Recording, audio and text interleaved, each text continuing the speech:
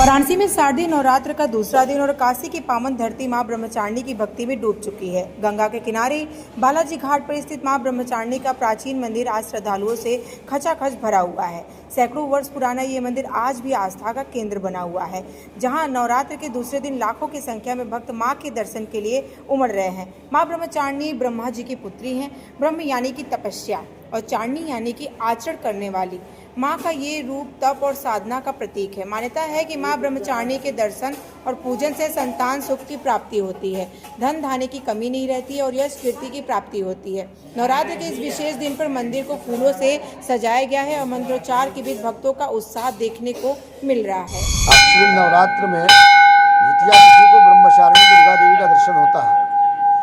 ये दुर्गा घाट क्षेत्र में भगवती का मंदिर है और मैं यहाँ का महंत हूँ, पंडित राजेश्वर शास्त्री सागरकर। और इनका दर्शन पूजन करने का विशेष महत्व बताया गया है कि सिद्धि का कुंजिका पाठ मात्रेण दुर्गा पाठ फलम लभेत। ये आपको बहुत छोटी चीज़ है और सब पूरा सार बता रहे हैं आपको। कोई व्यक्ति अगर दुर्गा पाठ का सप्तशती का पाठ नहीं कर सकता है भगवती को प्रसन्न करने के लिए, तो छोटा श्लोक है, बहुत स्तोत्र है, सिद्ध कुंजिका स्तोत्र। उसमें कहा गया है कि कुंजिका पाठ मात्रेण दुर्गा पाठ फलम लगेती। ये भगवान शिव कह रहे हैं भगवती पार्वती से कि अगर कोई भक्त अगर नहीं कर पा रहा है तो इसका पाठ करेगा तो भगवती की विशेष कृपा होगी और सभी मनोरथ पूर्ण होंगे। और ये भगवती का आज प्रातः काल जो है, भगवती का ब्रह्म मुहूर्त में मंदिर का कपाट खोला गया है, जिसके का जब पहले सर्वप्रथम भगवती के मंगला भई है। मंगला मतलब ये होता है कि भगवती देवता जब शयन करके उठती है तो उसको मंगला कहा जाता है। तो भगवती का वो दर्शन भया सभी भक्तों को। उसके पश्चात भगवती का पंचोपचार पूजन भया है और श्री सूक्त के मंत्रों के द्वारा भगवती का अभिषेक भया है। पंचामृत से अभिषेक होने के बाद भगवती का भय श्रृंगार भया और श्रृंगार होने के पश्चात महाआरती भगवती की भई है। और महाआरती होने के बाद सभी भक्तों के लिए कपाट खोल दिया गया है। अब सभी भक्त आ रहे हैं, बारी बारी क्रमशः भगवती के दरबार में माथा टेक रहे हैं और अपनी जो भी मनोरथ है ये भगवती से याचना कर रहे हैं और नारियल का बलिदान कर रहे हैं। इसलिए नारियल का बलिदान क्यों किया जाता है को कहा गया है कि बलि प्रदाने पूजा या मग्नि कार्य महोत्सवे।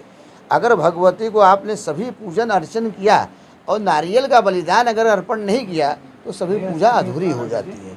इसलिए भगवती दुर्गा को नारियल बड़ा प्रिय है, इसलिए सभी भक्त नारियल ले जा करके भगवती के चरणों में भेंट कर रहे हैं और बलि दे रहे हैं। और जिस बलि के द्वारा भगवती प्रसन्न होती है और प्रसन्न होकर सभी भक्त जो आ रहे हैं उनका मनोरथ सिद्ध होता है, उनका कल्याण होता है, उनके पुत्र पौत्रादि जो भी रहते हैं सबका कल्याण।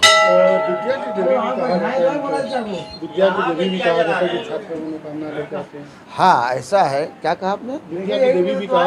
कहा गया है कि विद्यावंतम यशस्वंतम लक्ष्मीवंतम जनं गुरु रूपं देहि यहं देहि यशोधेहि यशोधि। जो भी बालक अगर पढ़ने में जो कमज़ोर हैं, उनके अच्छे नंबर नहीं आ रहे हैं और उनका दर्शन पूजन करने से, और श्लोक जो मैंने अभी कहा कि विद्यावंतम यशस्वंतम लक्ष्मीवंतम जनं गुरु रूपं देहि यहं देहि यशोधेहि यशोधि, इस मंत्र का अगर एक माला 108 माला 108 दाने की होती है, अगर एक एक मंत्र को 108 बार अगर जप करेंगे प्रतिदिन तो धीरे धीरे क्या होगा, उसकी मेधा शक्ति तीव्र हो जाएगी, बुद्धि तीक्ष्ण हो जाएगी, पढ़ाई में अच्छे नंबर आने लगेंगे और जिसको जो भी बुद्धि का तीक्ष्ण बुद्धि के हो जाएगी। इस बार कहा जा रहा है कि नवरात्र 10 दिन का है, क्या है इसमें, कौन सी तिथि? ऐसा है कि नवरात्र तो 9-10 दिन का है, ये तो कन्फर्म है।